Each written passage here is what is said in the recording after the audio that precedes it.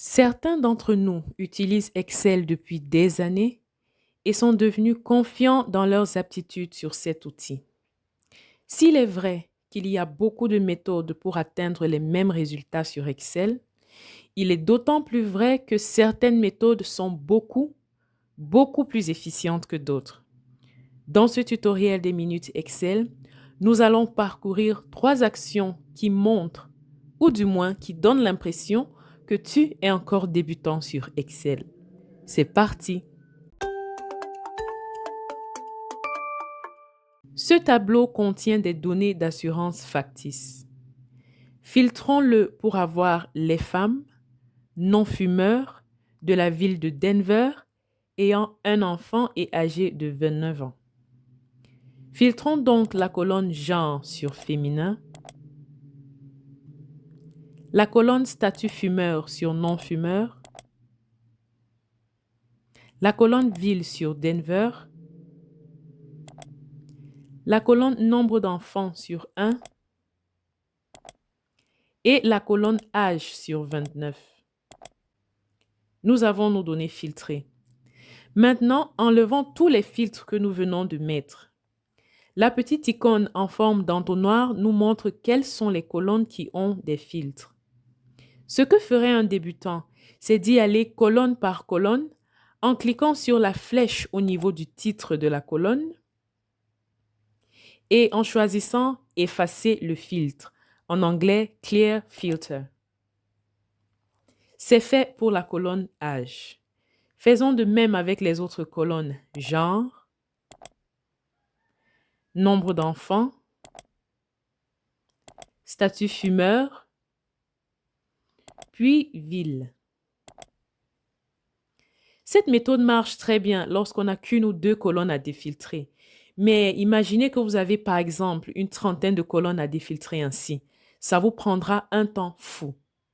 Pourtant, nous pouvons le faire en un clic. Reprenons notre tableau avec les filtres et allons au menu Données, en anglais Data, puis cliquons sur l'option Filtre, en anglais Filter. Ceci désactive tous les filtres du tableau et tu peux réactiver les filtres si tu en as besoin pour la suite de ton travail. Poursuivons avec le même tableau. Les colonnes âge, nombre d'enfants et ville ont cette fois-ci été masquées. Vous voyez bien que les colonnes B, E et G ne sont pas visibles.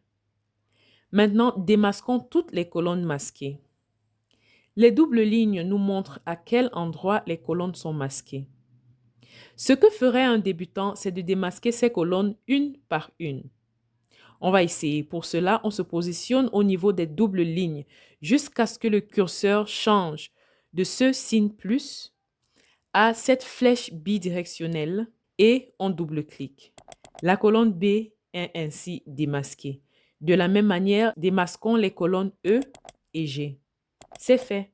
Ça nous aurait pris beaucoup plus de temps si nous avions des dizaines de colonnes ou de lignes à démasquer, n'est-ce pas? Pour être plus rapide, reprenons notre tableau avec ces colonnes masquées. Sélectionnons toutes les colonnes du tableau, donc de la colonne A à la colonne H. Faisons un clic droit, puis choisissons l'option Afficher, en anglais On Hide. Ainsi, en un clic, toutes les colonnes masquées sont démasquées.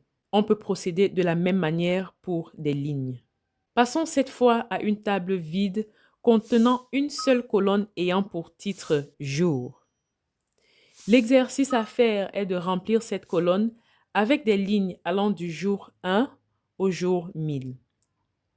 Prends une minute pour réfléchir à comment tu ferais cet exercice.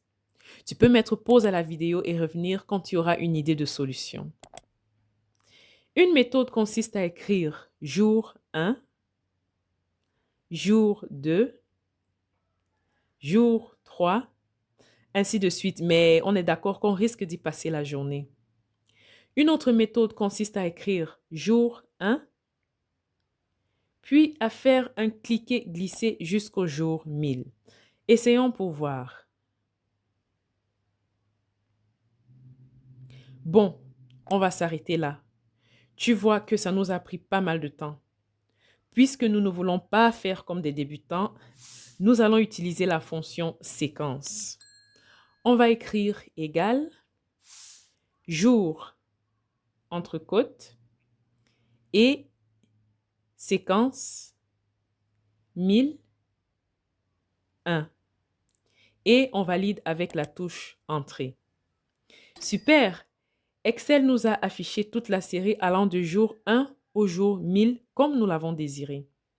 Bon, tu vois que ça nous a collé le mot jour au chiffre.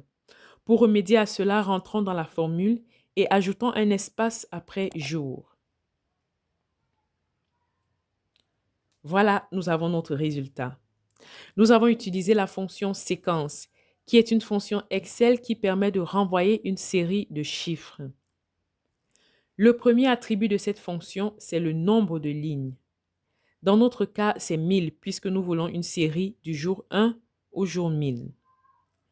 Le deuxième attribut, c'est le nombre de colonnes dans lesquelles nous voulons que notre résultat s'affiche. Nous voulons une seule colonne, donc nous avons mis 1 au niveau du deuxième attribut. Au début de la formule, nous avons utilisé le signe « et » qui permet de concaténer des expressions, notamment le mot « jour » et le chiffre. On a donc la formule suivante que nous avons appliquée tout à l'heure pour avoir notre résultat. Tu penses avoir bien compris? Alors, essaye de faire cet exercice. En utilisant la fonction séquence, essaye d'afficher les mois, donc du mois 1 au mois 12, mais cette fois-ci sur 2 colonnes. Le résultat obtenu doit être ce qui s'affiche actuellement à ton écran.